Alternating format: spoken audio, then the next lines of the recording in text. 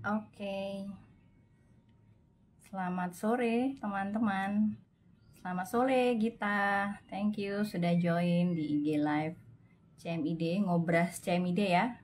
Ngobrol bareng praktisi CMID. Apakah suara dan video saya terlihat dan terdengar jelas? Bisa tulis di kolom komentar ya teman-teman ya, sambil aku itu Pak Sugio Pranoto dan Ayu Primadini. Oke, apakah jelas teman-teman? Jelas ya. Oke, thank you. Bentar, ini aku lagi invite Ayu dan Pak Sugio. Apa kabar teman-teman? Sore hari ini sehat semua ya? Cuacanya agak mendung-mendung. Enaknya emang tidur siang, tapi hari ini topiknya terlalu menarik untuk dilewatkan ya. Ayu, apakah sudah bergabung?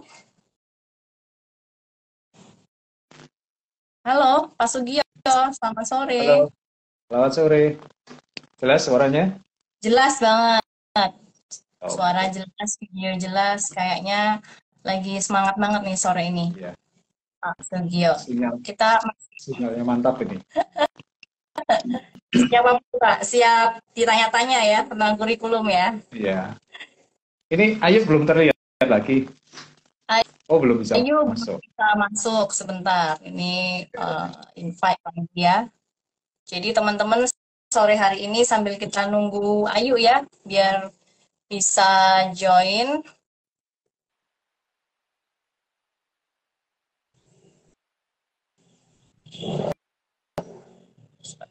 Halo, tes suara. Ah, Tes, tes, selamat sore masuk, Ayu.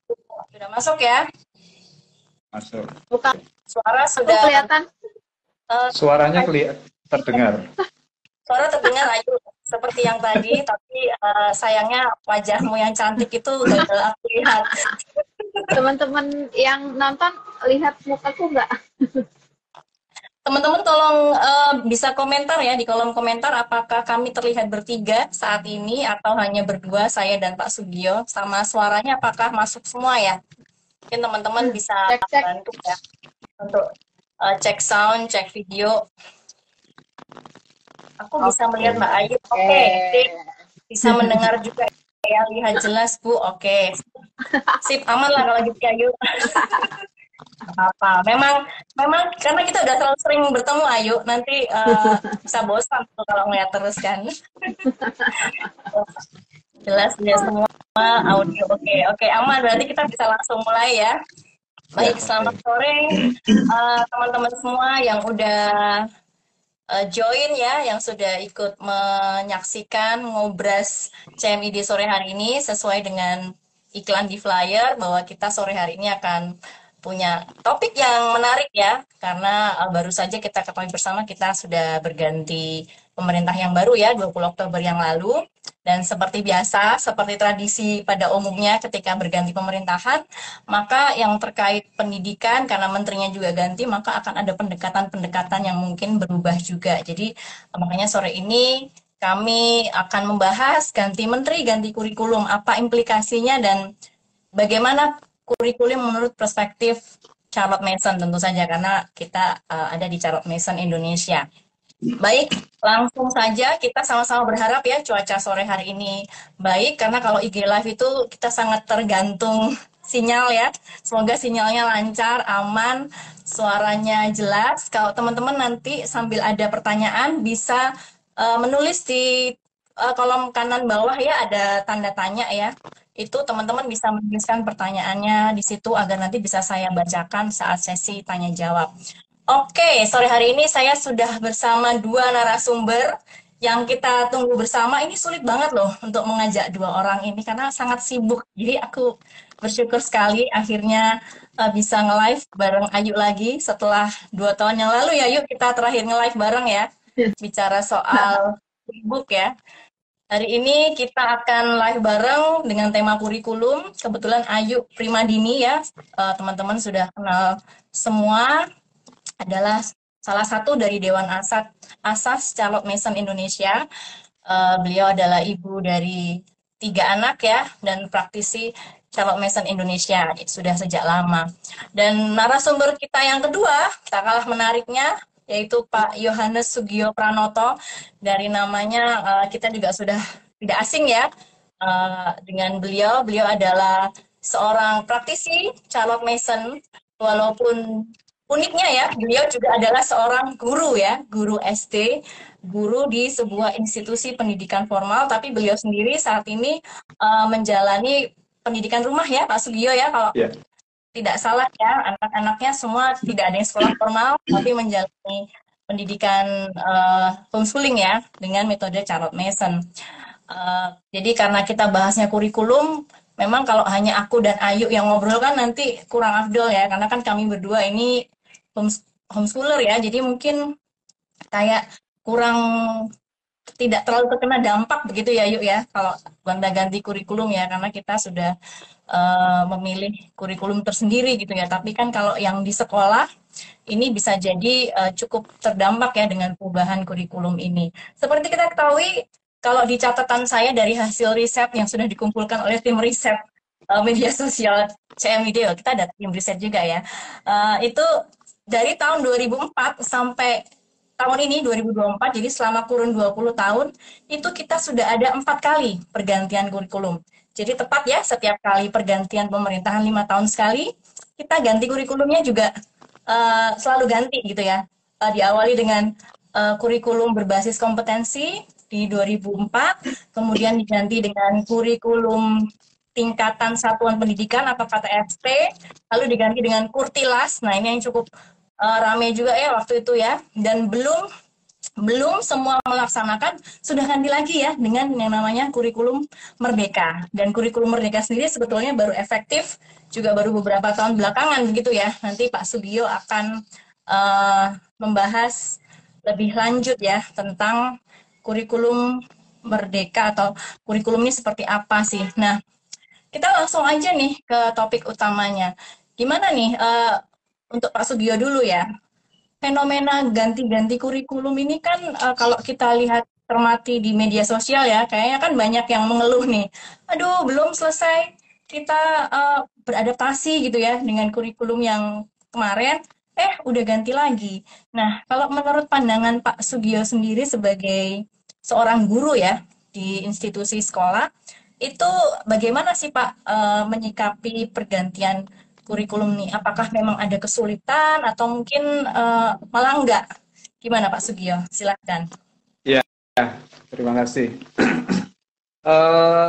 Kurikulum Merdeka ini berarti baru 1 tahun ya dilaksanakan secara penuh ya. Tadi betul yang disinggung Ratna. Saya menjadi guru itu 15 tahun. Selama 15 tahun itu ada 3 kurikulum, sudah mengalami 3 kurikulum. Kalau yang KBK tadi memang tidak mengalami ya. Yang saya alami KTSP, kurikulum 13 dan kurikulum Merdeka. Dan kalau kita lihat kurikulum Merdeka memang tampaknya sudah dilaksanakan beberapa tahun lalu. Tetapi sebenarnya yang full kalau di SD itu ya baru tahun ini, di mana kelas 1, 2, 3, 4 sampai dengan kelas 6 itu baru tahun ini, 2024. Nah, kalau wacananya mau diganti kurikulum dengan kurikulum yang baru ya, ya sebenarnya guru-guru yang mengajar di kelas 3 dan kelas 6 itu ya baru 1 tahun menjalankan kurikulum. Kalau diganti lagi ya luar biasa memang. Tetapi pada prinsipnya sebenarnya kami para guru itu sudah sangat familiar ya, guru-guru yang senior, guru-guru muda sudah sangat familiar bahwa yang namanya ganti menteri itu biasanya akan ganti kurikulum.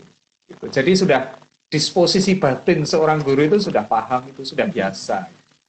Jadi sudah yes, biasa saja gitu. Kalau ditanya soal dampaknya akan sangat berdampak sih Ratna. Jadi contoh yang praktis itu namanya ganti kurikulum pasti nanti akan ada pelatihan.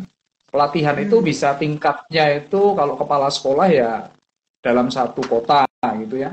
Kalau tingkatnya guru itu ada ya 1 kota KKG, kelompok kerja guru. Lalu nanti tingkatnya yayasan, kalau saya di swasta, tingkatnya yayasan juga akan dikumpulkan, KKG nanti juga dikumpulkan per mata pelajaran. Saya di sekolah itu guru agama Katolik, ya, guru agama Katolik. Maka kelompok agama Katolik Kota Malang, misalnya, pasti akan berkumpul untuk pelatihan. Maka memang dampaknya di situ. Jadi pasti akan ada banyak kegiatan, akan ada banyak pelatihan di berbagai level untuk mendalami kurikulum yang baru. Kalau terakhirnya kan kurikulum merdeka. Jadi kalau kesulitannya ya pasti akan ada banyak waktu yang digunakan, ada banyak biaya yang harus diberikan, dicurahkan untuk pendalaman kurikulum yang baru. Kalau dampaknya gitu, Ratna. Tapi disposisi batin guru itu sudah biasa. Mendengar ganti menteri, ganti kurikulum. Gitu. Jadi sudah selalu siap gitu ya, Mas Sugio, udah nggak kaget gitu ya. Kalau Udah siap. Ya, begitu mau pemilu gitu, ini habis ini ganti lagi nih kayaknya kurikulumnya gitu ya, Mas Sugio ya, ya. Walaupun betul, memang betul. eh, memang secara praktek kayak ini baru setahun ya berarti ya kurikulum merdeka Ya. ternyata ya efektifnya. Jadi baru banget kayak baru mulai timi-timi gitu ya Mas. Karena kalau kurikulum baru kan Ya, pasti perlu adaptasi ya. Kok udah ganti lagi gitu ya. Dan resource-nya jadi terserap lagi ya untuk latihan, ya, untuk materi-materi begitu ya yang baru. Padahal yang kemarin saja belum ketahuan kayak gimana evaluasinya begitu ya Mas Sugio ya. Nah, kalau itu ya. dari guru sudah siap, kalau untuk murid sendiri yang Mas Sugio amati atau orang tua murid apa ada kesulitan nih kalau kurikulumnya itu sering berganti? Kalau murid dan orang tua itu macam-macam ya. Ada orang tua dulu. Kalau orang tua itu ada yang peduli, ada yang tidak peduli gitu ya. Hmm, Jadi ada orang tua itu yang mereka itu kalau sudah memasrahkan pendidikannya pada sekolah ya sudah selesai. Ini urusan sekolah gitu ya. hmm, Lalu sistem penilaiannya bagaimana, kurikulumnya bagaimana, ada yang tidak peduli. Misalnya ada pertemuan orang tua, ada yang diutus itu malah pembantunya misalnya, ada yang seperti itu. Tapi ada yang mengikuti sungguh-sungguh gitu. Kalau pada murid, saya kira murid SD terutama tidak akan terlalu banyak berpikir ya, tidak banyak berpikir tentang kurikulum yang digunakan ya. Mereka datang ke sekolah belajar, lalu selesai pulang ya gitu saja. Cuman kalau dampaknya dalam keseharian, saya kira berdampak. Seandainya, ini saya beri contoh ya.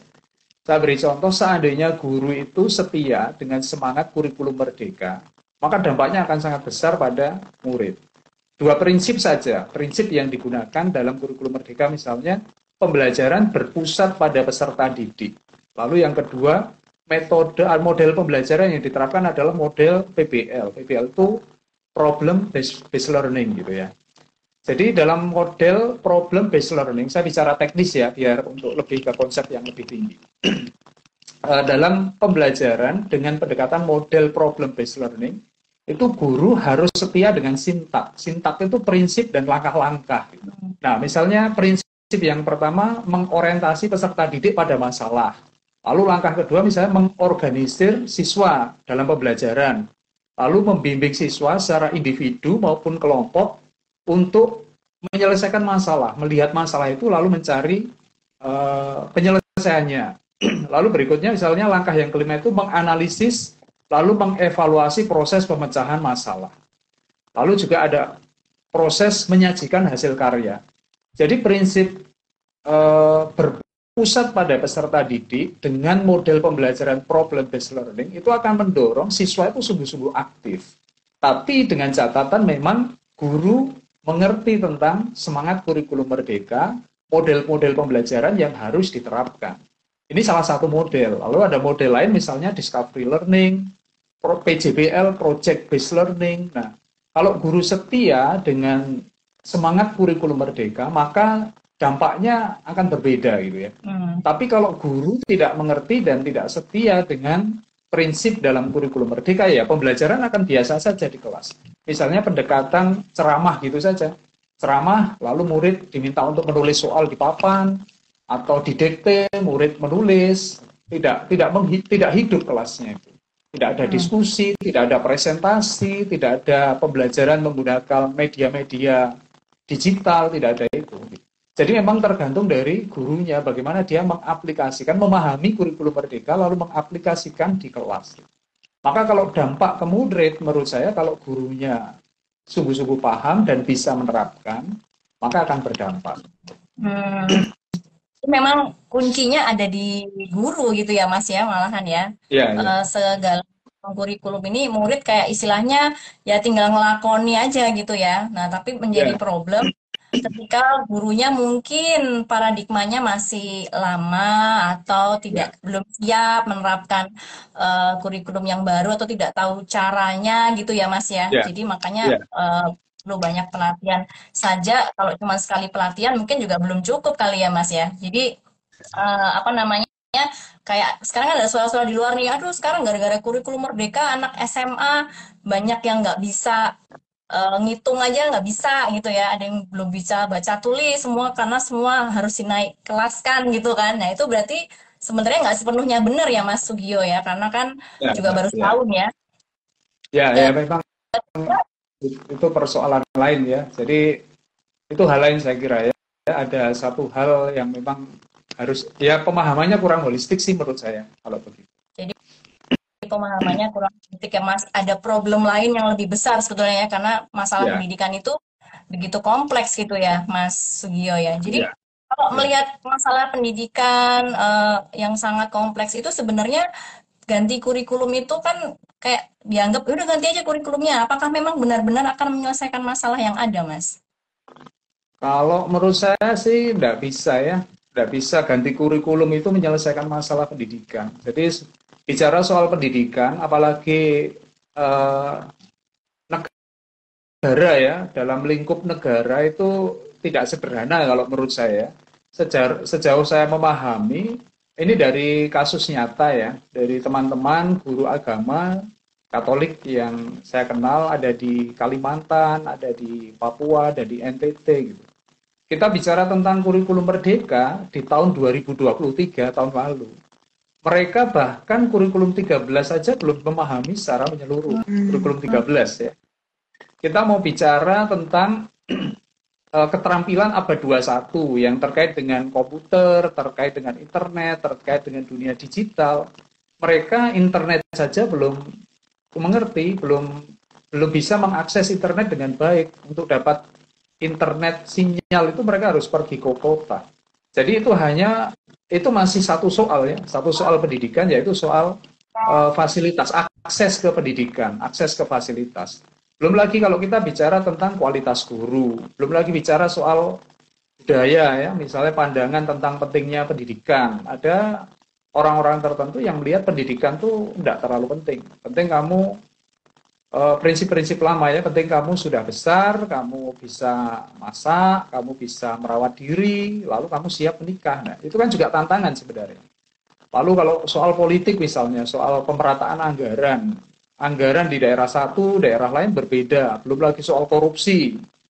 Jadi memang menurut saya kompleks ya untuk bicara tentang pendidikan. Maka pergantian kurikulum menurut saya tidak bisa dikatakan sebagai solusi untuk mengatasi masalah pendidikan. Itu hanya salah satu saja. Ya, jadi segitu kompleksnya ya Mas ya, karena memang Indonesia sendiri juga luas ya. Iya, Yang di daerah Jawa aja mungkin ya itu tadi ya Mas Sugio kan masih di Malang ya, itu aja masih ada yang internet belum ini ya, belum terlalu paham gitu ya, belum ya, terakses semuanya dengan baik. Padahal mungkin metode pembelajaran yang sekarang sangat teknologi base gitu ya, apa-apa online, ya, online gitu ya, itu juga cukup ya, menyulitkan gitu ya Mas ya. ya, Jadi bukan solusinya bukan sekedar ganti kurikulum gitu ya, ada akar-akar masalah lain yang harusnya diselesaikan terlebih dahulu begitu ya, mungkin bisa ya, disimpulkan ya Mas Sugio. ya, betul. Oke, sekarang saya ganti nih ke Ayu nih, Ayu. Apa namanya, kalau menurut Ayu sendiri, apa sih peran penggantian kurikulum itu dalam perbaikan pendidikan ya? Ayu kalau mengamati nih ya tentang fenomena kurikulum nasional ini ya, walaupun mungkin sebagai praktisi homeschooler ya Ayu ya, mungkin Ayu Mm-mm. bisa pendapatnya atau insight-nya ya. Apa sih perannya ganti kurikulum ini dalam perbaikan pendidikan? Silakan. Iya, ini suaraku terdengar ya? Dengar, dengar jelas. Oke. Iya, kurikulum itu kan alat ya. Kalau misalnya di UU Sisdiknas itu kan kita lihat bahwa kurikulum ini kan pedoman penyelenggaraan kegiatan pembelajaran gitu ya. Jadi pedoman. Jadi supaya kita tahu gimana caranya mengajar, maka ada kurikulum gitu kan ya. Nah, namanya alat itu kan sebenarnya tergantung dari tujuannya ya. Tujuannya apa nih? Kita punya alat itu sebenarnya alat itu mau dipakai untuk apa gitu kan. Misalnya kita punya alat apa? Kita punya gergaji gitu ya. Permasalahannya bukan apakah gergaji itu bagus apa enggak gitu, tapi apa kita tuh mau ngapain sih dengan gergaji itu gitu kan, persoalannya kan itu. Nah, kalau aku kemarin sempat googling lagi ya, membaca-baca tentang UU Sisdiknas, sebenarnya tujuan pendidikan di Indonesia ini sendiri kan ya, secara sistem pendidikan nasional kan itu sebenarnya tujuannya bagus banget ya. Tujuannya nih kalau aku boleh baca, kemarin aku udah nyampe. Jadi pendidikan nasional itu sebenarnya tujuannya adalah mencetak supaya peserta didik itu jadi manusia yang beriman, bertakwa kepada Tuhan, berakhlak mulia, sehat, berilmu, cakap, kreatif, mandiri, dan menjadi warga negara yang demokratis serta bertanggung jawab. Nah, itu kan tujuan yang emang bagus banget ya. Nah, tapi kan kurikulum ini sekali lagi ini kan adalah alat. Alat dipakai untuk membantu kita meraih tujuan gitu kan. Nah, ketika kita sudah tahu tujuannya apa, maka kita perlu mengevaluasi apakah alat yang kita pakai ini sebenarnya sudah bisa membantu kita meraih tujuan itu belum gitu. Misalnya tadi ya kita punya gergaji nih, kita mau punya gergaji buat apa sih gitu? Oh, kita mau punya gergaji mau bikin rumah gitu. Bisa nggak sih kita punya gergaji dengan bikin rumah gitu kan? Nah, oke, bisa buat motong kayu, tapi ternyata gergajinya cukup tumpul gitu. Atau kalau pakai gergaji ternyata lama banget ya bikin rumahnya. Nah, kita boleh dong mengevaluasi alat itu gitu kan. Artinya kita evaluasi, oh ternyata gergaji itu tidak cukup bagus untuk bikin rumah gitu, karena itu akan lama gitu prosesnya, misalnya kayak gitu ya. Nah, ketika kita dalam soal kurikulum juga seperti itu. Artinya kurikulum ini kan alat untuk meraih tujuan yang tadi sudah ada di Sisdiknas itu. Maka ketika dievaluasi dan rasanya kurikulum yang ada itu kok sulit ya untuk membantu anak-anak Indonesia itu untuk meraih tujuan itu, maka kurikulumnya diganti, ya nggak apa-apa.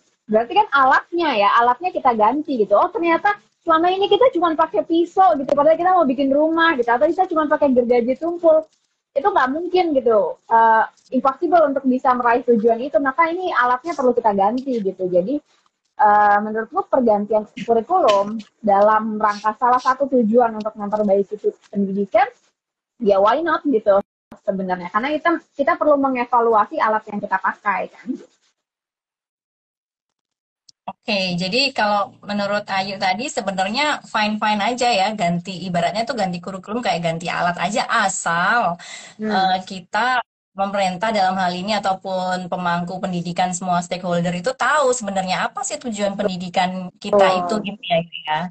Karena alat selalu bisa menyesuaikan ya, karena bisa jadi nggak usah pakai gergaji nih, pakai pisau aja udah cukup kan, bisa jadi seperti itu ya. Oke, jadi penting banget kita nggak hanya pemerintah ya, Yu ya, berarti ya orang tua juga perlu tahu ya tujuan pendidikannya anak dididik tuh untuk apa sih gitu ya. Nah, apalagi pemerintah ya, penting banget ya itu sebagai basicnya. Nah, thank you Ayu kalau gitu. Saya balik lagi ke Pak Sugio ya. Tadi kalau Ayu sudah baca ini berarti di Undang-Undang Sisdiknas nomor 20 ya Ayu tahun 2003 itu sudah termaktub tuh ya, udah disebutkan ya tujuan pendidikan nasionalnya itu luar biasa bagus ya. Tapi sebenarnya alat ini boleh aku nambahin dulu nggak sebelum ke Mas Sugio? Oke.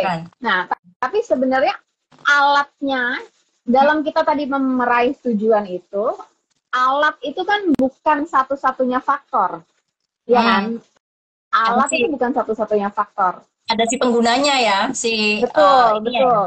betul. Jadi kita dalam tadi ya, misalnya dalam case kita mau bangun rumah gitu, kita faktornya bukan hanya si gergaji atau si pisau gitu, tapi faktornya justru yang paling terutama ini adalah penggunanya tadi seperti katamu SDM-nya gitu. SDM-nya dalam hal ini kan seperti tadi sudah Mas Sugio ceritakan gitu ya, gurunya, ya muridnya, ya orang tuanya juga. Artinya peran-peran pendidik ini juga faktor penting gitu. Percuma alat kita keren, misalnya kita pakai tadi mau bangun rumah kita pakai mesin baru yang sophisticated gitu ya, yang keren banget gitu, yang canggih banget. Tapi ternyata penggunanya ini jangankan pegang mesin canggih gitu, mungkin baca tulis aja nggak bisa gitu. Bagaimana cara menggunakan mesin ini aja nggak tahu gitu. Mereka bukan skillful tukang gitu, bukan tukang yang penuh skill gitu kan. Nah itu kan perlu jadi bahan evaluasi juga gitu. Nah, kalau menurut Charlotte Mason, si pengguna ini atau si pendidik ini sebenarnya justru jadi syarat utama. Maka kalau di Charlotte Mason, dia bilang syarat utama dalam menjalankan sebuah pendidikan, pertama kita harus menjawab pertanyaan tentang sebenarnya manusia itu apa sih? Jadi manusia itu apa? Jadi manusia dalam hal ini bisa si tenaga pendidik, bisa si anak itu sendiri sebagai pelaku pendidikannya itu gitu ya. Nah dari pertanyaan tentang manusia itu apa, itu baru bisa kita melangkah ke teknis-teknis yang tadi kita sebutkan. Dan tentunya ya tidak hanya cukup pertanyaan tentang manusia itu apa, tapi manusia ini mau diapain gitu, atau tujuan pendidikannya kemana gitu. Nah kalau di UU Sisdiknas tadi kan sebenarnya udah ada jawaban ya tentang tujuannya mau kemana gitu. Tapi yang agak masih kurang adalah jawaban tentang sebenarnya yang lebih krusial, yang pertama ini tentang sebenarnya manusia ini apa gitu. Nah itu yang perlu dijawab dulu sebelum kita ngomongin masalah teknis-teknis pendidikan termasuk kurikulum itu tadi.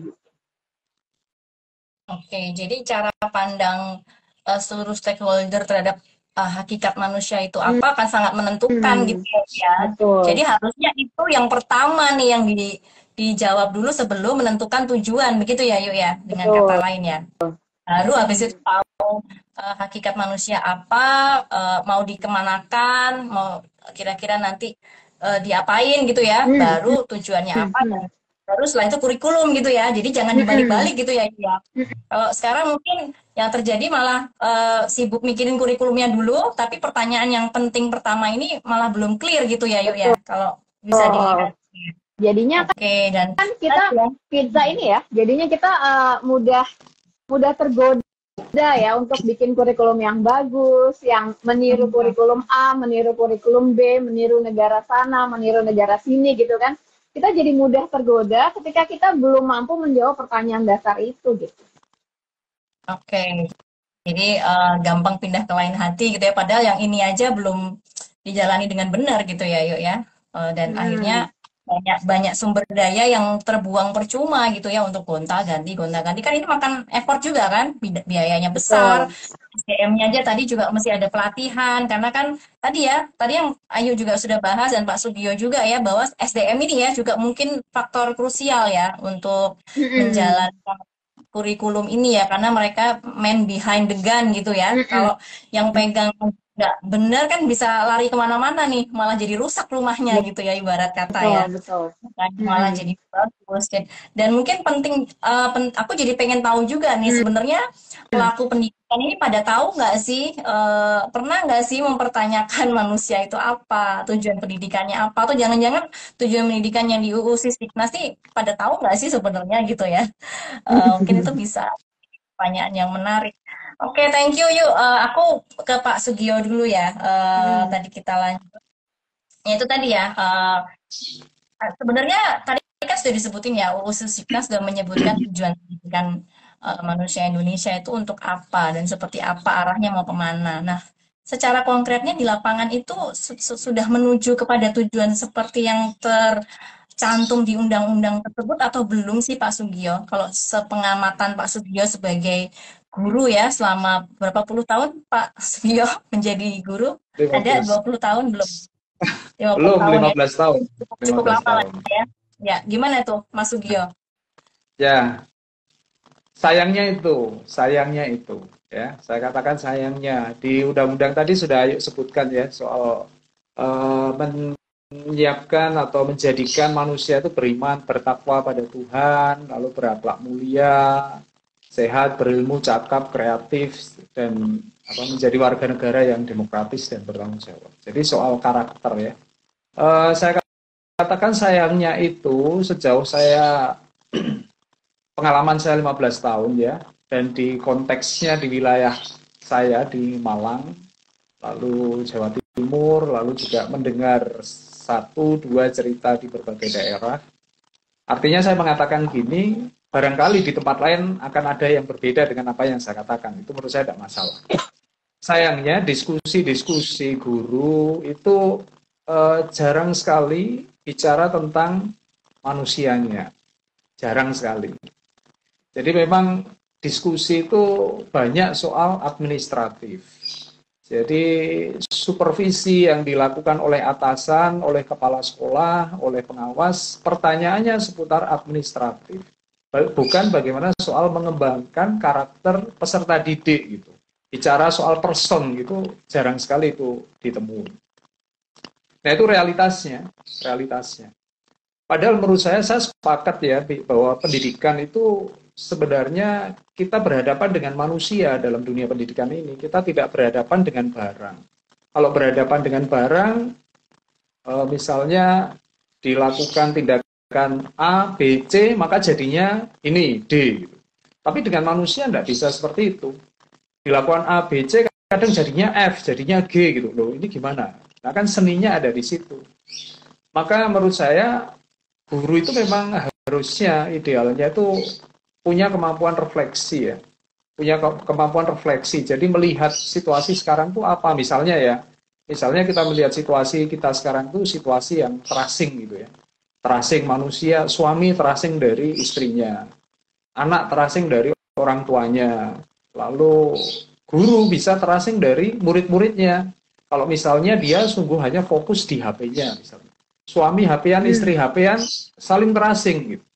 Anak HP-an, orang tua HP-an, mereka saling terasing, tidak saling mengenal gitu. Atau misalnya guru di sekolah mengajar bawa HP gitu. Dia mengasingkan diri dari muridnya dan membuat muridnya itu jadi terasing. Lalu di dunia mahasiswa misalnya.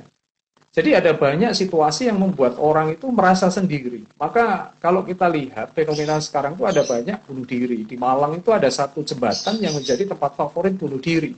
Dan yang bunuh diri itu misalnya orang-orang ya mahasiswa, lalu ada keluarga yang bunuh diri, membunuh anaknya, lalu dia bunuh diri. Nah ini sebenarnya situasi terasing. Menurut saya seorang guru itu harus punya kualitas kemampuan berefleksi. Refleksi itu melihat diri, melihat sesama, melihat alam di sekitarnya, lalu bagaimana kaitannya itu semua dengan Tuhannya. Gitu. Maka menurut saya, jadi mendidik atau menjadi guru itu tidak pertama-tama melihat soal akademis ya, soal kecerdasan.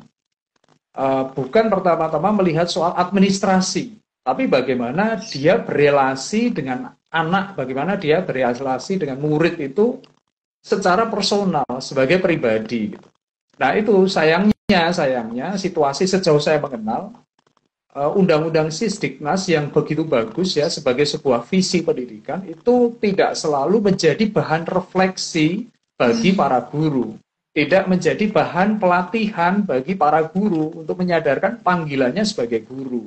Ya, kita menyadari bahwa menjadi guru itu tidak semuanya murni memang motivasinya sebagai guru, sebagai pendidik. Ada yang menjadi guru itu karena terpaksa misalnya ya, karena terpaksa, tidak ada pekerjaan lain, maka saya menjadi guru. Ada yang menjadi guru karena memang mengejar gaji gitu ya. Ya, tidak menutup mata bahwa menjadi guru, apalagi pegawai negeri itu cukup tinggi ya. Meskipun kalau kita bandingkan dengan di dunia lain, di dunia luar itu masih rendah. Tetapi paling tidak untuk di Indonesia itu lumayan tinggi. Dan saat ini menjadi daya tarik bagi kaum muda untuk menjadi guru.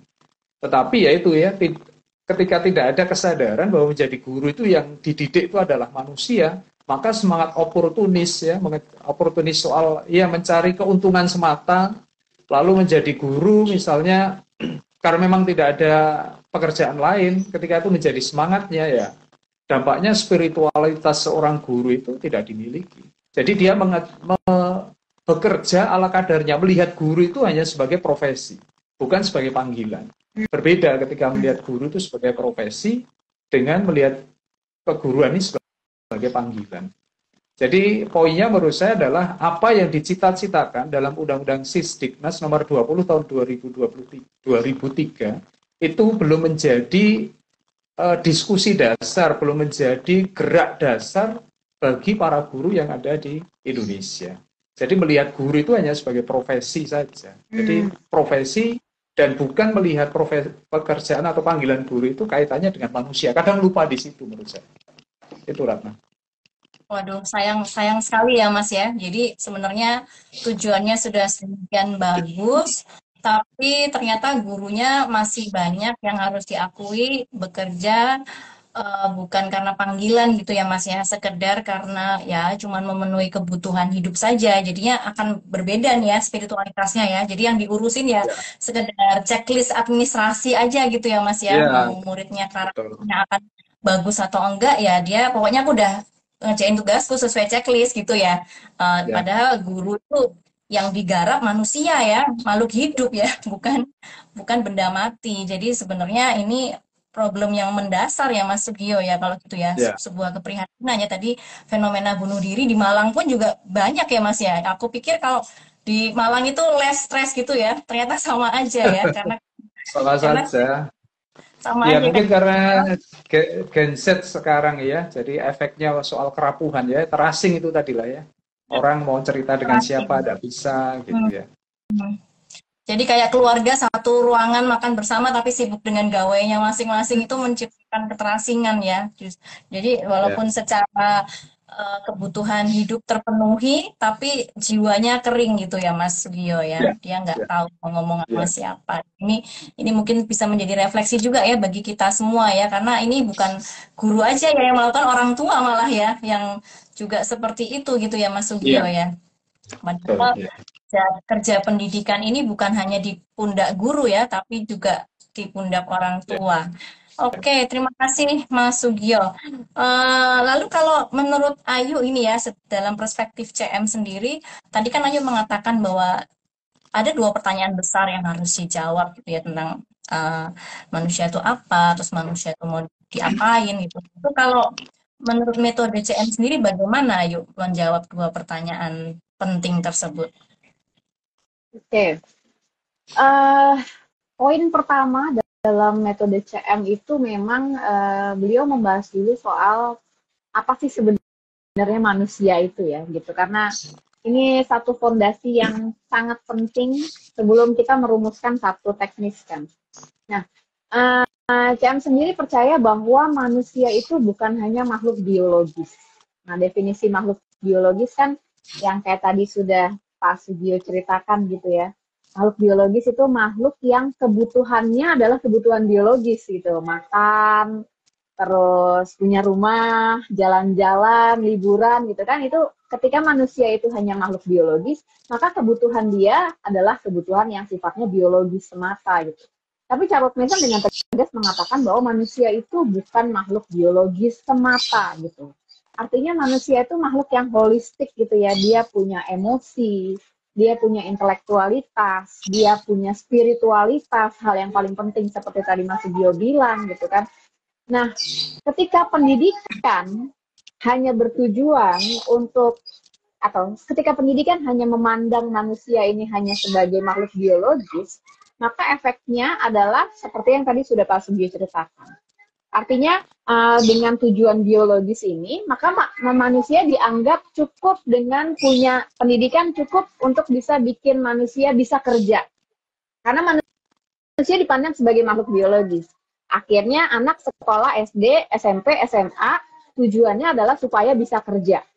Itu ketika manusia dipandang sebagai makhluk biologis. Kerja biar apa? Soalnya kalau udah kerja kan kita bisa dapat uang gitu, bisa beli sesuatu yang untuk memenuhi kebutuhan biologis kita, materi kan, ukurannya materi.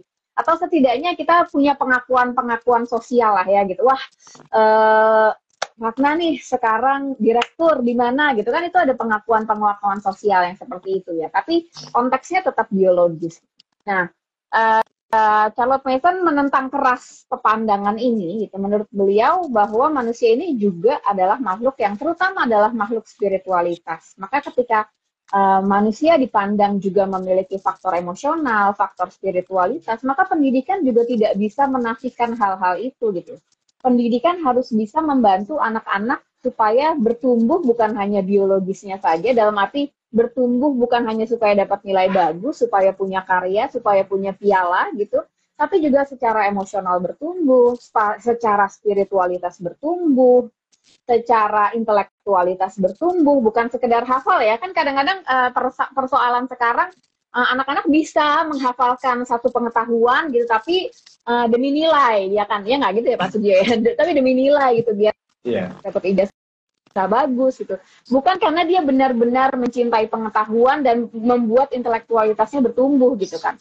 Nah itu artinya pandangan Charlotte Mason dasarnya adalah itu, bahwa manusia bukan hanya makhluk biologis, tapi dia makhluk yang holistik. Dan Charlotte Mason juga percaya selain makhluk yang holistik, manusia ini born person gitu, terlahir sebagai sesosok pribadi. Sosok pribadi ini artinya manusia itu bukan ember kosong. Anak-anak lahir itu bukan sebagai ember kosong. Manusia tuh lahir dengan kapasitas otak yang luar biasa loh gitu.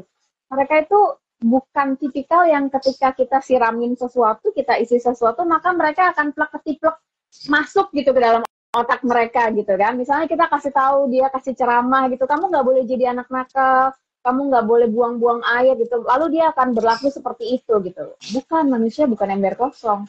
Manusia itu ketika ada pengetahuan masuk ke dalam benaknya, dia tidak akan serta-merta begitu saja menerimanya gitu, tapi akan bekerja gitu, bekerja seperti lambung ya, kalau kata CM tuh ibarat kata otak manusia itu seperti lambung gitu. Jadi ketika ada makanan yang masuk, dia akan bekerja gitu, akan mencerna gitu. Jadi apa yang tidak tercerna akan terbuang, dan apa yang tercerna akan masuk ke seluruh tubuh jadi satu energi membangun tubuh-tubuh yang lain gitu.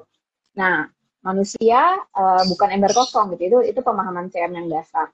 Nah, pertanyaan kedua kan tadi, lantas ketika Charlotte Mason percaya manusia itu apa, lantas manusia ini mau dikemanain gitu kan. Nah, baru pertanyaan berikutnya ini, Charlotte Mason lebih mengacu kepada kitab-kitab ya, kitab-kitab baik itu kalau karena Charlotte Mason basisnya Kristiani, maka dia percaya bahwa manusia itu tujuannya itu adalah menjadi serupa dengan gambar dan citra Allah gitu kan. Artinya kalau di Islam mungkin manusia yang insan kamil gitu ya, manusia yang sebaik-baiknya manusia gitu.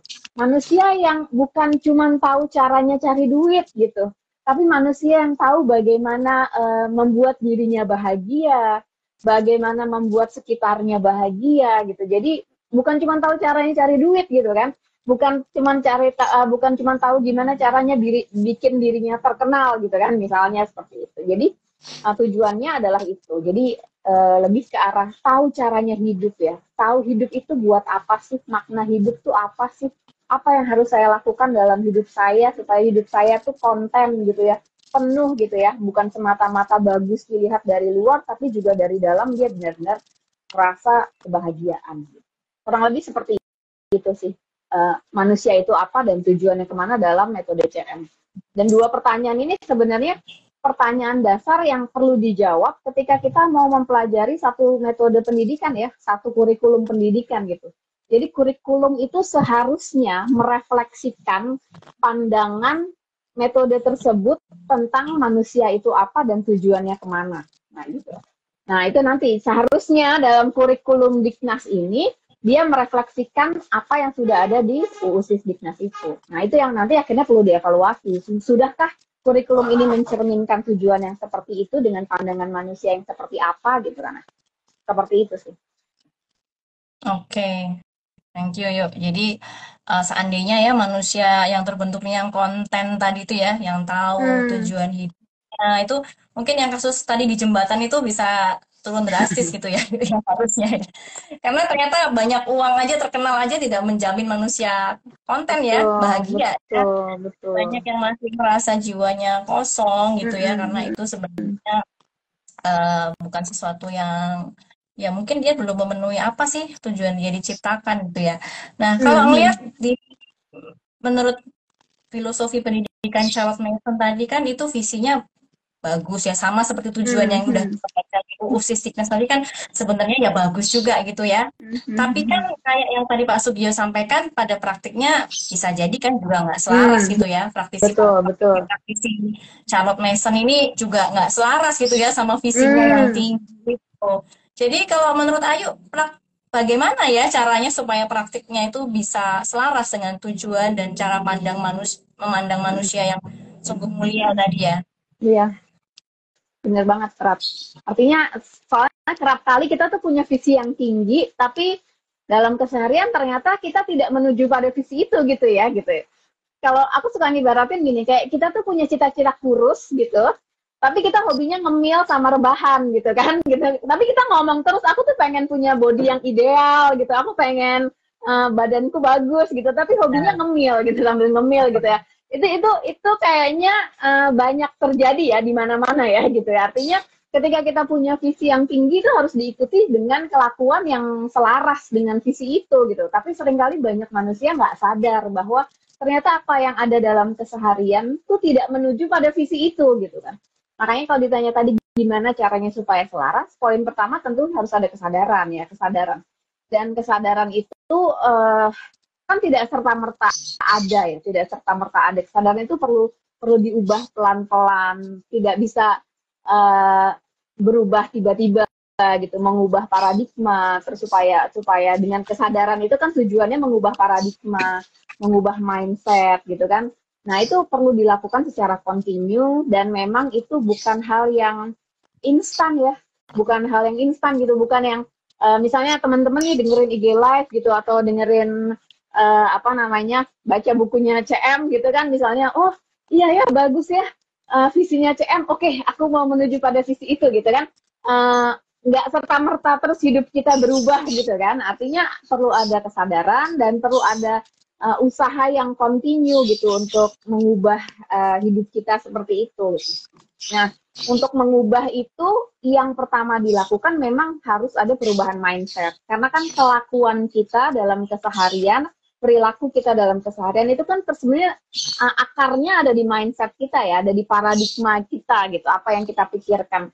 Dan ini perlu dilakukan terus gitu, dilakukan terus. Kita bisa baca buku, terus kita berefleksi gitu. Kalau di CMID kan kita punya grup diskusi gitu. Makanya kalau di CMID itu kan core utama, hal utamanya adalah diskusi ya, diskusi orang tua ya, diskusi orang tua. Soalnya tujuannya untuk tadi itu mengubah mindset, dan setelah mindset itu berubah, bagaimana kita bisa terus terjaga gitu loh. Karena kan kadang-kadang mindset kita terasa berubah, tapi ternyata seiring dengan keseharian ada yang balik lagi ke jalan yang lama gitu kan.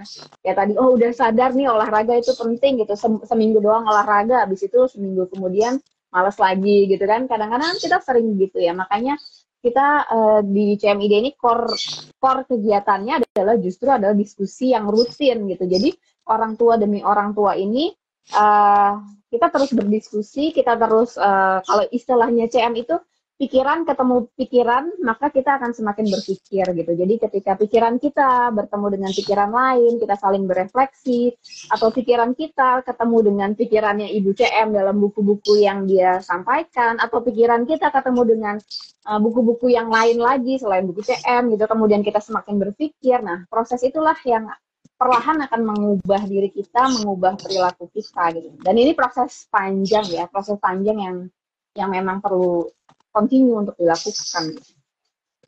Jadi fokusnya bukan hanya pada anak malah ya, Yuk ya, malah ke betul. Mindset kita sendiri sebagai fasilitator begitu ya, tidak hanya tapi juga guru. Tadi ya kalau Pak Sugio menjabarkan harus sering berefleksi, itu mungkin kurang lebih sama seperti itu ya, Yuk ya, tidak hanya betul. bikin jadwal. Kalau homeschooler ya cuma sibuk bikin jadwal, bukunya apa, tapi dirinya sendiri tidak terus-menerus berefleksi gitu ya, Yuk ya. Pada akhirnya bisa jadi prakteknya jadi nggak selaras ya, begitu anaknya outputnya nggak sesuai dengan mungkin yang dibandingkan dengan yang lain, langsung stres nih, wah gimana intimidasi gitu ya. Kayak Pak Sugio ini gitu ya, anak saya gitu. Jadi langsung terintimidasi gitu ya. Tapi memang Hmm, ya itu ya, dengerin IG live sekali nggak cukup ya, yuk dengerin podcast juga nggak betul. cukup, tapi kita harus terus menerus, ya itu tadi, pikiran bertemu pikiran agar kita lebih bisa semakin berpikir begitu ya, dan itu harus Mm-mm. continue ya, nggak Dan itu bisa nggak bisa. mm, Gimana yuk. dan itu juga tadi ya dalam perubahan kurikulum juga kan tadi Pak Sugio bilang ya ketika kurikulum itu berubah maka tahapan berikutnya adalah guru-guru dikasih pelatihan. Hmm. Harapannya kan dengan dikasih pelatihan lalu guru-guru itu berubah jadi bisa memakai kurikulum itu gitu kan. Padahal kan pelatihan itu paling berapa hari Pak? Sehari, 2 hari, seminggu gitu paling lama mungkin ya. Iya, Berapa hari? ya, cuman beberapa hari sih. Iya gitu. Nah artinya itu kan sebenarnya agak mustahil ya untuk membuat manusia berubah bisa menggunakan satu kurikulum hanya dalam rentang waktu yang singkat gitu. Artinya untuk bisa menggunakan kurikulum ini karena tadi ya karena kurikulum itu kan cerminan filosofi sebenarnya. Kurikulum itu kan cerminan tentang manusia itu apa dan tujuannya kemana. Maka ketika kita mau melatih guru-guru supaya menggunakan kurikulum baru ini, sebenarnya yang perlu diajarkan bukan hanya teknis dari kurikulum tersebut, tapi justru mindset apa yang diharapkan gitu kan. Kayak tadi kan kurikulum Merdeka Belajar itu kan, kurikulum Merdeka itu kan sebenarnya kan harapannya setiap guru itu mampu menyadari bahwa anak-anak ini punya kapasitas gitu ya Pak ya. Ya, Anak-anak ini punya kapasitas gitu, mereka itu punya kemampuan untuk berpikir, untuk punya inisiasi, punya kreativitas gitu kan sebenarnya dasarnya kan itu kan. Nah, untuk bisa bikin guru-guru punya kepercayaan itu kan nggak cukup dengan ceramah, ya kan? Kerap kali kan kita berpikir bahwa guru-guru ini juga ember kosong gitu, yang sekali diajari, kemudian dia akan paham dan dia akan serta-merta berubah gitu. Padahal sama kayak manusia, sama kayak anak itu tadi, guru juga bukan ember kosong gitu. Untuk membuat guru-guru itu berubah, untuk bisa membuat guru-guru itu mengimplementasikan kurikulum dengan baik, itu bukan cuma pelajaran teknis yang perlu diberikan, tapi juga perubahan mindset. Dan ketika kita mau mengubah mindset, biasanya bentuknya nggak bisa cuma searah. Kita perlu diskusi, kita perlu menggali apa paradigma lama yang dimiliki para guru ini gitu kan. Kemudian kita gali, terus habis itu kita coba ubah paradigmanya gitu kan. Nah, hal-hal seperti itu sih barangkali yang mungkin luput. Kenapa tadi kurikulumnya udah bagus, tapi kok di lapangan tidak bisa mempraktekkan memakainya gitu. Karena ternyata yang diajarkan, yang dilatih hanya perkara teknis, bukan perubahan mindset. Ya itu tadi ya, urusan administratif aja gitu ya Pak Sugio ya. Betul. Jadi boro-boro Hmm. boro bisa diskusi ya. Ini aja ngurusin administrasi habis waktu gitu ya. Udah Hmm. coba pontal-pontal gitu ya, udah kayak kepala di kaki, kaki di kepala gitu ya guru-guru ini ya, urusan administratifnya. Padahal yang lebih diperlukan yaitu tadi lebih banyak diskusi-diskusi, refleksi-refleksi begitu ya, yuk ya. Hmm. Jangan, Betul, betul. karena guru juga born person ya, Hmm. bukan ember kosong. Sekali Hmm. dikasih pelatihan dia langsung bisa paham ya, kan nggak gitu cara konsep kerjanya ya. Betul. Kayaknya menarik sekali diskusinya. Teman-teman sambil mendengarkan, sambil kalau ada pertanyaan bisa tulis di kolom yang ada tanda tanya di bawah ya, yang di kanan bawah ya, biar tidak tergulung. Nanti sesaat lagi kita akan masuk ke tanya jawab, tapi sekarang kita akan coba selesaikan dulu ya bahasan kita sore hari ini, biar biar terbahas semua gitu ya. Aku masih ada beberapa pertanyaan nih buat tadi nyambung yang Ayu tadi ya kan, apa namanya, kalau sudah mindsetnya berubah, terus setelah mindsetnya yang diperbaiki, terus kurikulum seperti apa sih yang bisa membantu mewujudkan tujuan pendidikan itu? Yuk. Kalau dalam konteks CM ya berarti ya, dalam perspektif CM ya berarti ya. Perspektif CM ya, kan kita Hmm. bahasanya tentang ini ya, Hmm. perspektifnya CM-nya ya. Betul, betul. Oke, jadi kalau di CM itu percaya karena CM itu percaya bahwa manusia itu holistik ya, terus manusia itu bukan ember kosong, anak-anak itu bukan ember kosong. Maka Charlotte Mason juga percaya bahwa dalam pembelajaran itu juga harus holistik ya. Anak-anak itu tidak cukup mempelajari hal-hal yang bisa berguna doang gitu. Misalnya anak-anak hanya belajar hal-hal yang sifatnya bisa dipakai nanti dalam dunia kerja gitu kan, atau anak-anak belajar hal-hal yang dia suka aja gitu. Nah, kalau dalam CM tidak seperti itu gitu, karena kita percaya bahwa manusia itu holistik. Apa yang kamu sukai hari ini belum tentu kamu sukai besok gitu. Maka anak-anak harus belajar dalam istilahnya kurikulum yang kaya gitu, kurikulum yang kaya yang menyentuh semua aspek dalam kehidupan manusia gitu ya, intelektualitasnya tersentuh, sense of art-nya tersentuh, fisiknya terlatih, motorik halusnya terlatih, kebiasaan berefleksinya terlatih gitu kan, kesadarannya terbangun gitu, terpantik untuk berpikir gitu ya. Seharusnya seperti itu dalam metode CM ya. Jadi kurikulum itu kurikulumnya sifatnya kaya gitu. Jadi macam-macam belajarnya gitu. Dan kalau Misalnya juga percaya bahwa kurikulum itu seharusnya bukan hanya supaya manusia bisa berguna gitu tadi ya, supaya bisa dipakai di tempat kerja atau supaya bisa berguna buat orang lain gitu, tapi bukan semata-mata untuk itu.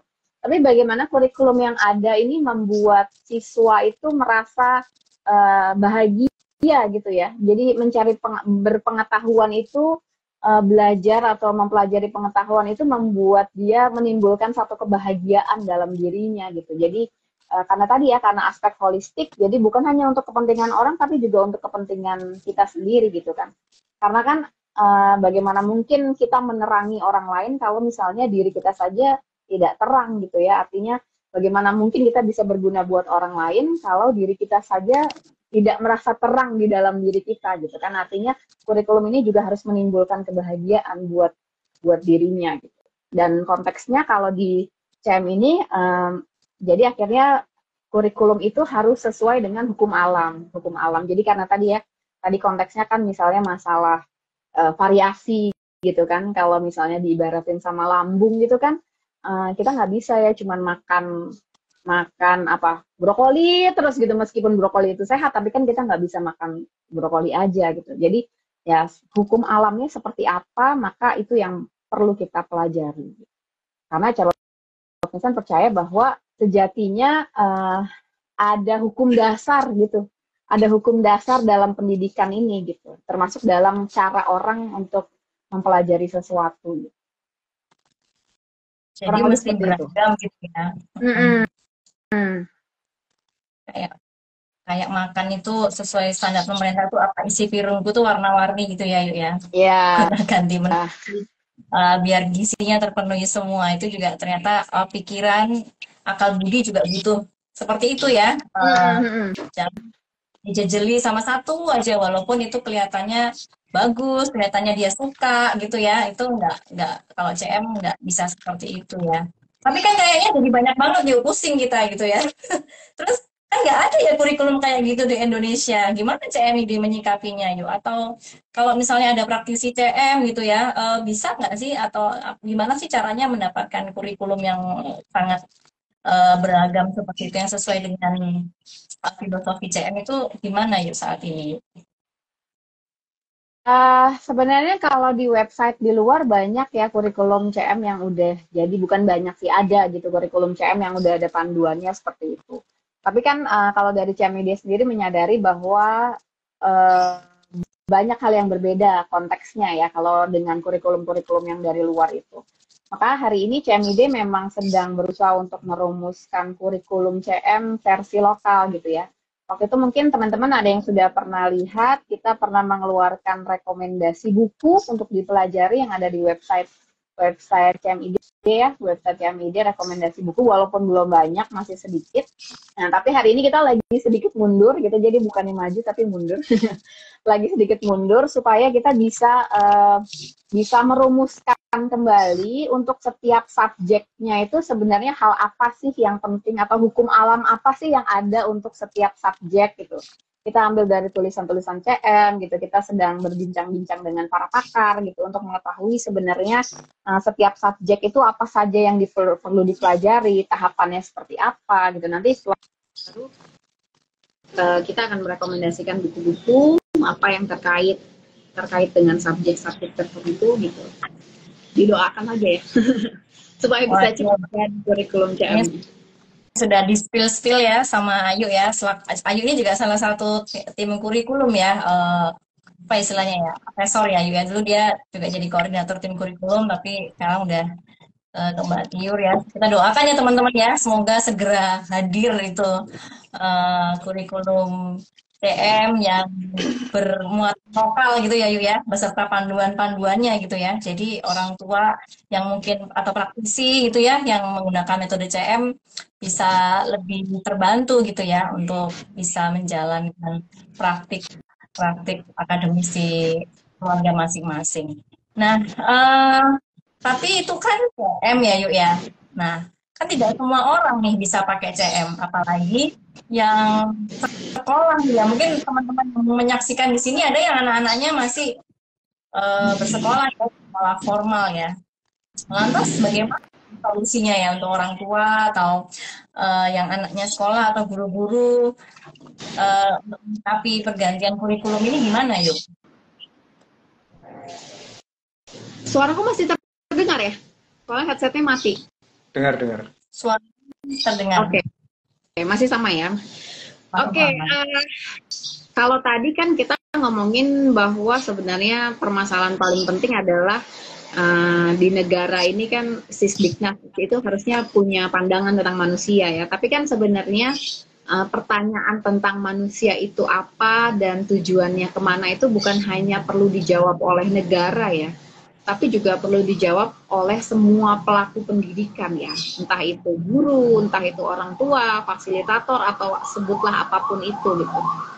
Artinya kalau ditanya bagaimana kita menyikapi pergantian kurikulum ini yang bikin kita bingung, bikin kita panik gitu kan, maka kita perlu mundur sejenak gitu untuk mempertanyakan lagi sebenarnya menurut kita gitu, siapapun ya, menurut kita manusia itu apa sih? Dan tujuannya mau kemana sih manusia ini gitu kan.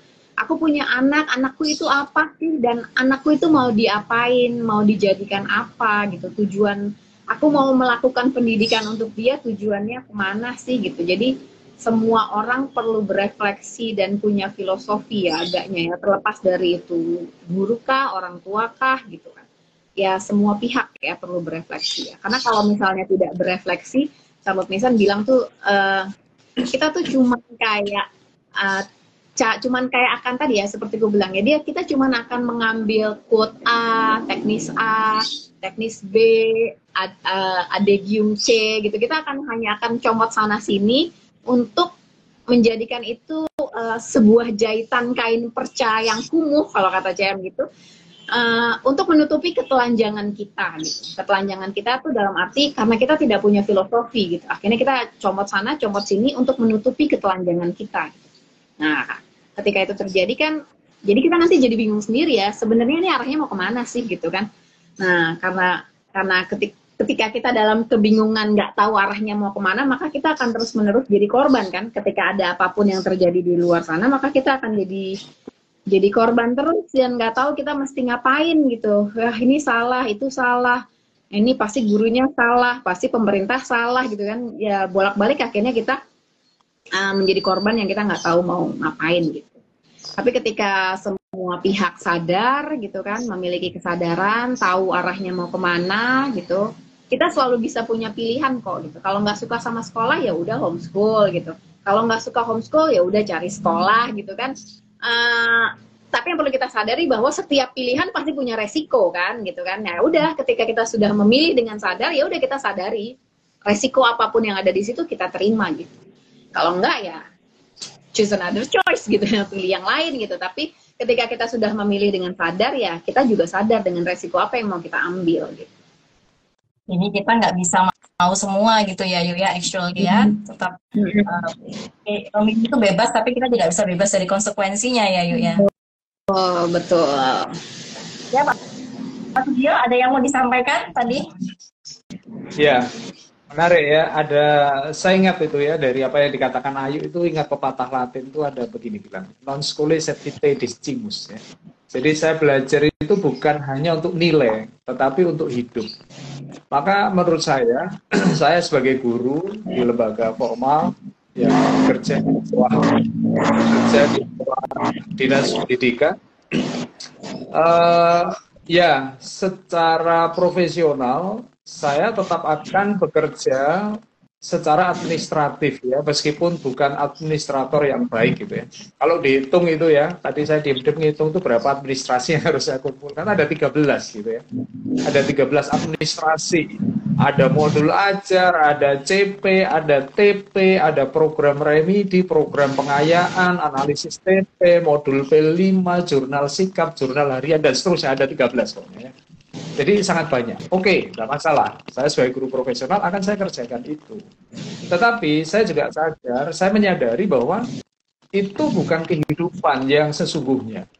Maka hidup yang sejati itu saya belajar, anak-anak datang ke sekolah itu bukan hanya untuk administratif, tapi bagaimana mereka bisa hidup di kemudian hari. Bagaimana mereka bisa menjadi manusia yang baik di kemudian hari. Maka itu menurut saya tantangannya. Jadi secara profesional saya akan mengerjakan semua administrasi yang diberikan, tentu dengan porsi yang secukupnya.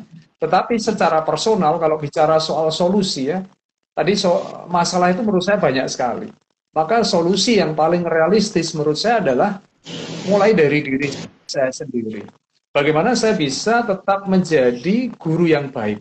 Guru yang baik itu menurut saya adalah punya kemampuan refleksi tadi. Jadi mampu melihat aku dengan orang lain itu bagaimana. Aku dengan alam itu bagaimana. Aku dengan Tuhan itu bagaimana. Intinya ada di situ saja. Maka saya juga akan mengajak murid-murid juga melakukan hal yang sama. Bagaimana mereka menjadi insan kamil ya, magnanimus, pribadi yang mulia, yang agung, yang bermakna bagi sesamanya. Bagaimana mereka melihat relasi mereka dengan dirinya sendiri, dengan sesamanya, dengan alam, dan dengan Tuhannya. Itu yang bisa saya lakukan, dimulai dari diri sendiri, dan itu diberikan, diajarkan, mempengaruhi orang-orang di sekitar saya, yaitu murid-murid, lalu mungkin nanti juga rekan-rekan guru. Ketika saya di kelompok guru itu menjadi koordinator, ya bagaimana saya juga bisa mempengaruhi ide-ide yang saya pikirkan itu ditularkan pada orang lain. Ketika saya menjadi kurikulum di sekolah, menjadi kurikulum di yayasan, bagaimana ide-ide itu juga tetap bisa ditularkan pada orang-orang di sekitar saya. Maka menurut saya yang paling realistis adalah itu menularkan apa yang saya yakini. Di rumah saya juga mengimani, melaksanakan metode CM. Saya kira ini sesuatu yang harus saya bagikan kepada orang-orang di sekitar saya. Mungkin itu aja. Jadi tidak perlu merasa terjebak dalam kondisi dan sistem juga ya Pak Sugio ya, walaupun ya betul, tidak perlu rigid, tapi tetap ada kok yang bisa kita lakukan gitu ya Mas Sugio ya. Ya kalau tidak bicara kurikulum memang itu urusan pemerintah ya. Jadi urusan pemerintah, jadi saya tidak punya kapasitas masuk ke sana, tetapi ya itu secara personal, secara pribadi ini yang bisa saya lakukan. Kita fokus apa yang ada di dalam kendali kita gitu ya Mas Sugio ya, dan selama kita sudah memahami hakikatnya yang baik seperti apa, tetap selalu ada hal-hal yang bisa kita lakukan begitu ya. Bahkan mungkin ini bisa mungkin kata gurunya diganti ke orang tua yang menyekolahkan anak di sekolah formal juga tetap bisa dilakukan ya, begitu ya Pak Sugio ya. Gimana pendapatnya nih? Tadi kan kurikulum CM nih filosofi CM bagus sekali, tapi gimana nih kalau anak saya udah kadung saya nggak ada pilihan ya, cuma selain menyekolahkan anak di sekolah formal. Nah itu masih memungkinkan nggak? Ayu atau Pak Sugio mungkin punya pandangan soal ini. Banyak loh yang bertanya seperti itu, merasa kurikulum bagus tapi ya gimana ya, saya pilihannya cuma menyekolahkan anak nih. Apa yang bisa dilakukan dalam kondisi seperti itu? Ya. Oh ya Pak. Bentar, suara saya tabrakan dengan apa ini? Oke, kalau bicara tentang bagaimana mengkombinasi kurikulum CM dengan kurikulum nasional ya, kurikulum pendidikan nasional, menurut saya bisa sejalan tapi tidak bisa powerful ya. Ya bisa sedikit-sedikit tetapi tidak bisa powerful. Itu saya alami ketika di sekolah ya. Di sekolah itu saya tetap berusaha menerapkan prinsip-prinsip yang di rumah saya yakini. Contoh soal habit training ya. Ketika ada anak masuk ke ruang guru nyelonong tanpa izin, tanpa permisi, tidak cukup bagi kami para guru, kalau masuk tolong ketok dulu pintunya. Nggak bisa. Tapi harus dilatihkan. Jadi anak-anak gini loh, kalau kalian masuk caranya gini, ketok pintu, tok tok tok tok. Lalu permisi Pak, saya mau masuk, mau bertemu dengan ibu ini, bapak ini. Coba diulangi lagi lalu dilihat. Jadi termasuk habit training. Lalu merombak buku-buku yang ada di perpustakaan gitu ya. Komik-komik dimasukkan ke gudang, dijual gitu ya, dikilokan. Lalu diganti dengan buku-buku yang living.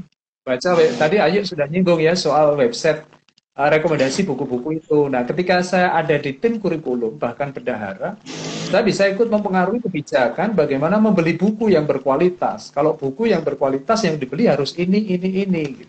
Ya sudah, kalau percaya saya sebagai kurikulum, percaya saya sebagai bendahara, serahkan kebijakan untuk belanja buku pada saya. Nah, saya yang belanja tapi istri saya yang mencari bukunya, Maria. Gitu.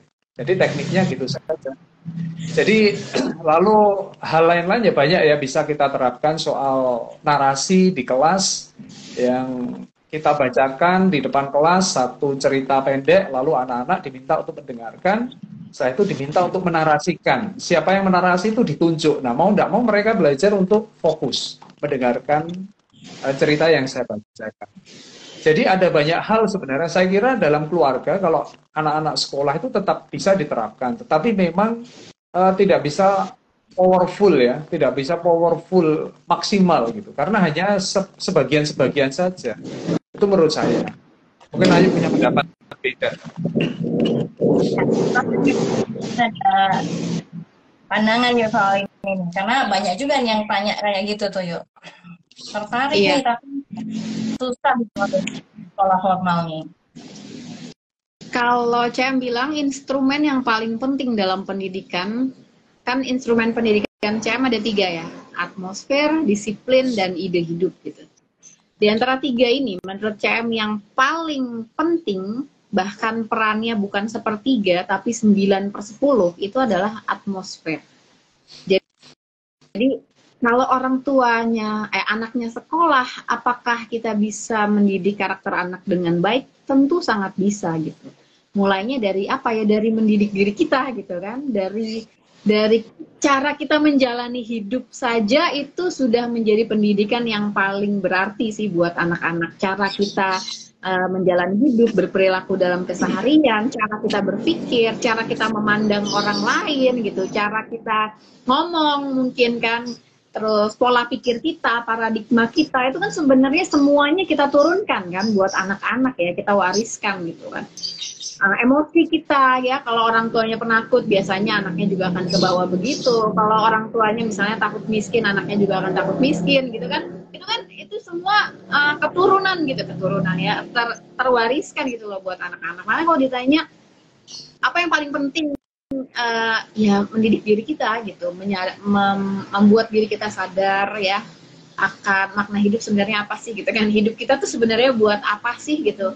Keseharian kita itu mau kita tuju kemana sih gitu kan. Terus kita perbaiki emosi-emosi kita perbaiki diri kita gitu. Itu sudah satu pendidikan yang luar biasa powerful buat anak-anak, terlepas dari anak-anaknya sekolah ataupun homeschooling. Jadi bahkan itu paling penting ya, karena anak-anak akan menyerap itu kan. Anak-anak apa istilahnya kan, children see, children do ya. Mereka kalau diceramahin ya mungkin nggak masuk, tapi mereka benar-benar melihat apa yang kita lakukan, bahkan kalau kita tidak ada di depan matanya dia gitu. Karena atmosfer itu kan, kalau kata CM, atmosfer itu kan spiritual ya.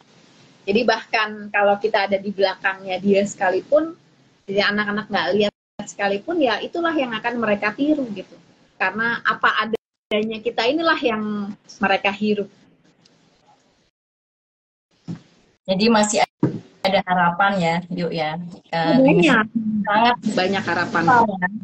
Jadilah gratis bagi anak itu ya, walaupun apapun pilihan pendidikan kita gitu ya, tapi kita senantiasa bisa kok jadi atmosfer inspiratif. Tentu kuncinya ya tadi ya yang udah Ayu sampaikan ya, terus membangun dan menumbuhkan diri ya, untuk menjadi versi yang lebih baik daripada diri kita sebelumnya. Karena anak itu lihat loh ya, walaupun kayaknya nggak kelihatan, tapi mereka menyerap ya, cara kita marah, cara kita galau, gitu kan. Mereka bisa menyerap itu semua. Cara kita berpikir aja mereka tahu ya.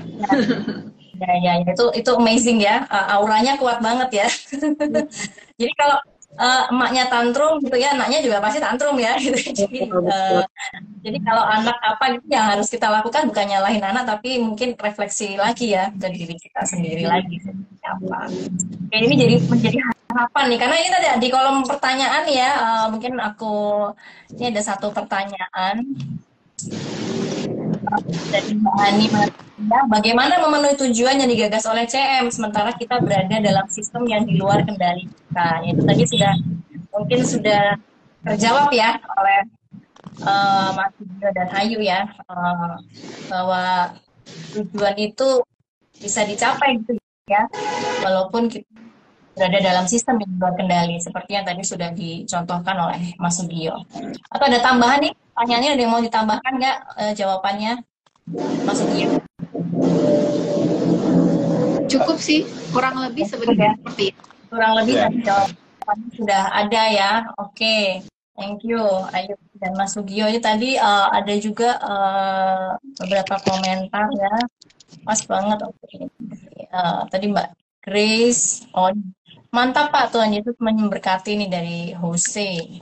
Kemudian menyemangati Mas Sugio ini ya sebagai guru ya. Kemudian iya Pak, kurikulum Merdeka ini sebenarnya bagus, jangan buru-buru diganti. Masalah guru sendiri terpecah belah, ada yang sangat menerapkan dan ada yang tidak senang. Ya ini memang orang terpecah belah, saling bertarung antar opini ya. Tapi yang penting apa yang kita bisa simpulkan sore hari ini ya, bahwa terlepas dari kurikulum apapun yang kita pakai, hal penting yang mungkin perlu kita jawab ya, dua hal penting yang tadi sudah disebutkan, yaitu hakikat manusia itu apa sih dan mau dikemanakan sih manusia itu, dan kemudian itu harus dijawab dulu, karena sebenarnya kurikulum itu adalah alat ya, alat saja, dan yang terpenting lagi kalau sudah tahu tujuannya, hakikat manusia kita lebih mudah menentukan tujuan dan kurikulum apa yang cocok atau alat apa yang cocok untuk kita pakai. Dan tadi yang penting lagi adalah terus berefleksi ya, kita tidak ada henti-henti ya sebagai manusia, entah apapun profesinya ya, guru, orang tua, itu kita terus berefleksi, karena namanya merubah paradigma itu nggak bisa cuman 1-2 kali ikut pelatihan, nggak bisa sekali baca buku, tapi harus terus direfleksikan, harus terus dipraktikkan dalam kehidupan sehari-hari. Dan tadi menjawab yang terakhir bahwa kita tidak perlu putus asa ya, walaupun kita berada dalam sistem, tapi selalu ada kesempatan kok dengan menjadi atmosfer yang inspiratif untuk anak-anak, baik kita di sekolah maupun sebagai orang tua, apapun pilihan pendidikan anak. Oke, teman-teman, masih ada sedikit waktu. Apakah ada yang mau mengajukan pertanyaan lagi? Oke, apakah mungkin Mas Sugio nih, kalau gitu kita closing statement ya. Mas Sugio silahkan, nanti gantian sama Ayu untuk memberikan closing statementnya dari diskusi kita pada sore hari ini. Silahkan Mas Sugio. Oke, saya baca komentar-komentar itu, Ratna. Jadi terima kasih ya, memang boleh saya komentari, ada komentar menarik menurut saya di bawah itu. Boleh ya Ratna ya? Iya, silakan Mas. Jadi soal oknum ya, ada guru yang berjuang untuk menjadi guru penggerak, motivasinya sekedar mengejar sertifikasi lalu mendapat otomatis ya bayarannya lebih tinggi, yaitu dikatakan oknum ya. Jadi memang ya itu realitas. Jadi hanya mengejar yaitu yang saya katakan oportunis ya. Jadi sebenarnya dia punya kepentingan pribadi gitu. Lalu ya baik, terakhir itu komentar saya aja itu. Jadi memang realitas ada yang seperti itu ya, tidak ideal. Baik, kalimat terakhir saya kira ya pendidikan ini bicara soal manusia ya. Jadi bicara soal manusia, entah saya di lembaga pendidikan formal, entah yang homeschooler, entah orang tua, entah guru, saya kira yang kita hadapi adalah manusia. Maka menurut saya kita perlu punya gambaran manusia seperti apa yang sebenarnya ingin kita bentuk.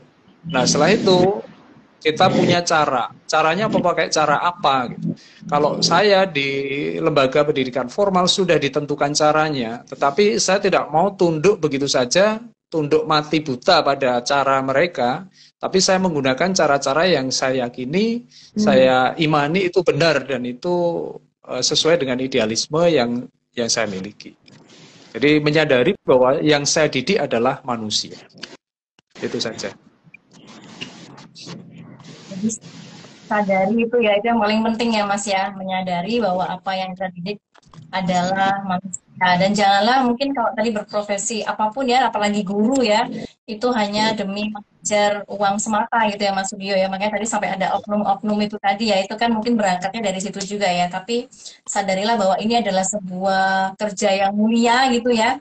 Mungkin kita punya peran besar ya menentukan sesosok manusia ini kelak akan menjadi apa gitu ya, Mas Sugio. Baik, terima kasih Mas Sugio untuk closing statement-nya. Untuk Ayu mungkin ada closing statement yang bisa disampaikan yuk pada sore hari ini. Oke. Permasalahan pendidikan ini kan memang kompleks ya, apalagi di negara kita gitu. Nggak tahu sih di negara lain sekompleks ini apa enggak gitu kan. Permasalahan pendidikan itu memang kompleks gitu.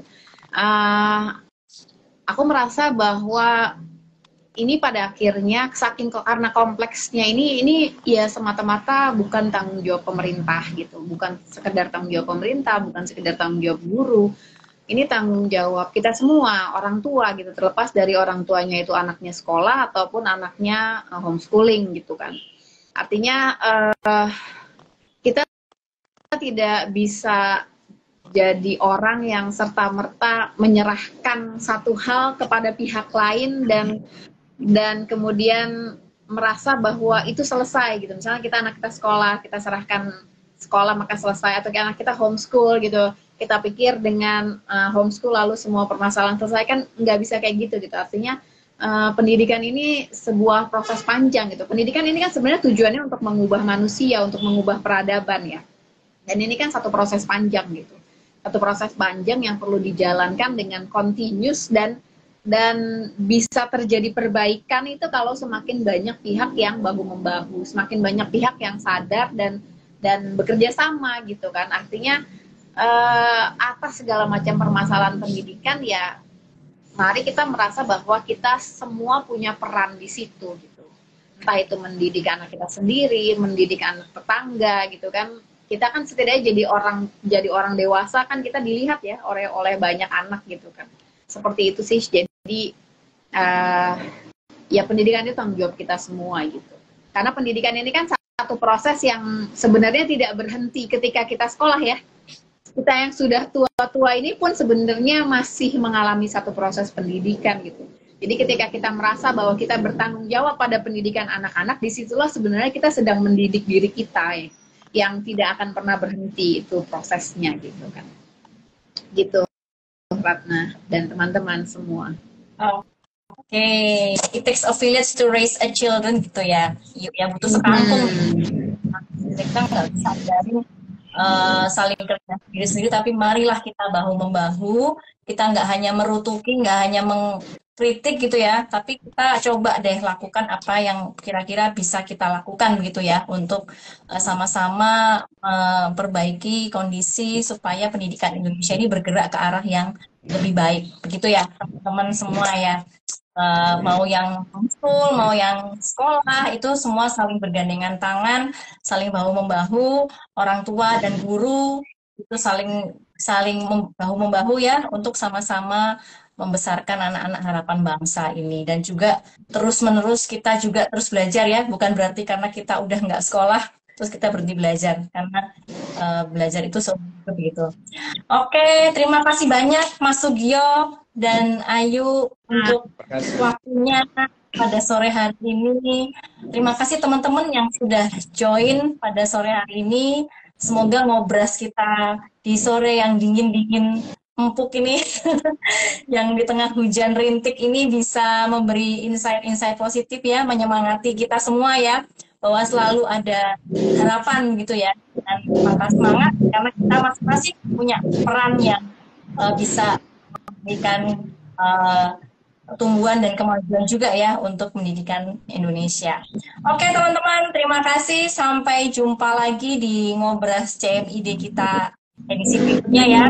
Silahkan kalau ada usulan di DM aja admin, terus stay tune di kanal-kanal media sosialnya CMID ya. Ini tadi Ayu sudah spill bahwa tim kurikulum sedang bekerja. Nanti siapa tahu ada pengumuman, wah ini udah keluar nih kurikulum CM yang muatan lokal. Nah, kalian jangan sampai terlewat. Kalau boleh juga teman-teman kita share di story ya kegiatan-kegiatan atau berita-berita dari CMID, bisa stay tune di website, bisa kami sudah ada di YouTube, ada podcast-podcast kami juga yang bisa disimak di berbagai kanal, ada TikTok, ada X, ada IG, dan ada di Facebook juga. Oke, terima kasih teman-teman. Selamat sore dan selamat melanjutkan aktivitas kalian masing-masing. Tuhan berkati kita semua. Dadah. Terima kasih. Terima Terima kasih. kasih.